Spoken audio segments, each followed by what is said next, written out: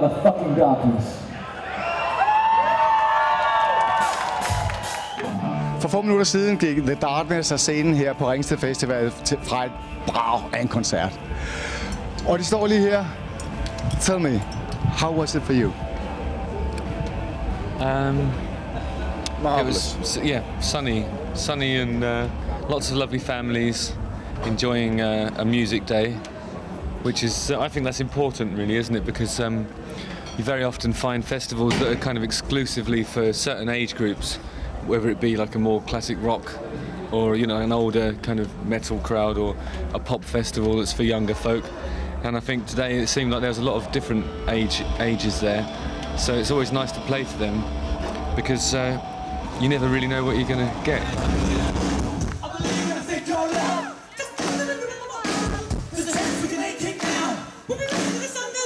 Just a few months ago, you were playing it for some, I could say, more hardcore fans in a club in Copenhagen. How's the difference between performing there and in a festival like this?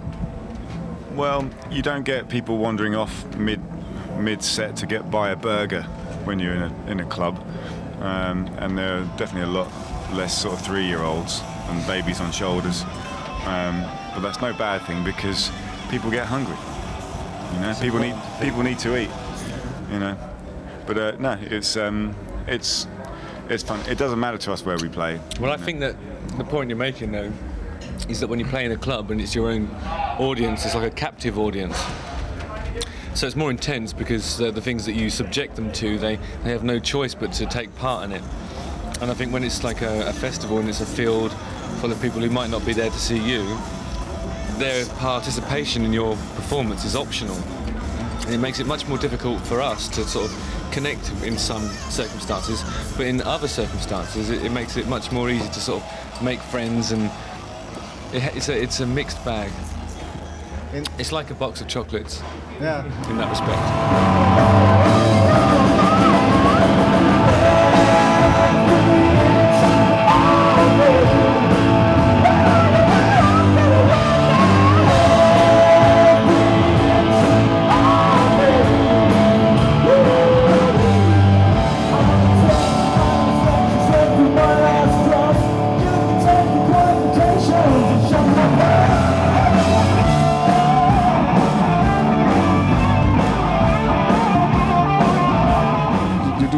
Jokes and funny stuff also. Do you think it kind of help making friends, kind of? No, I think it has the opposite effect on some days, you know. Because I think that because of the nature of what we do, I think some people like us for the music, and some people like us for the entertainment value, and some people like us because it's funny, and some people like us because it's serious, you know, and some people like it because it's from the heart, and some people like it for various different reasons, and very often you find one person likes it for exactly the same reason that another person hates it.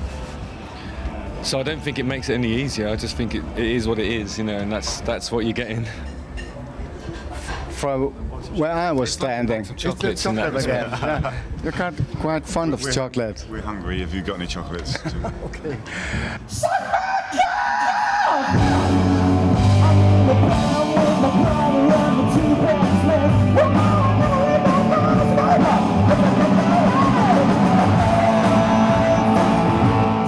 From where I was standing, it looked like people really enjoyed the jokes and the thing about the sound that went away from the microphone and all that. Oh yeah, well I think that was very spontaneous. I've never done that before, actually, that particular joke, but I will do it again, because it felt like that was one that really connected. To be honest, when we're doing anything, it's just, we have to just do what's in the moment, really. So, I mean, it's not true to say that I'll probably do that again. You just never know, you know. It's like a box of chocolates in that respect.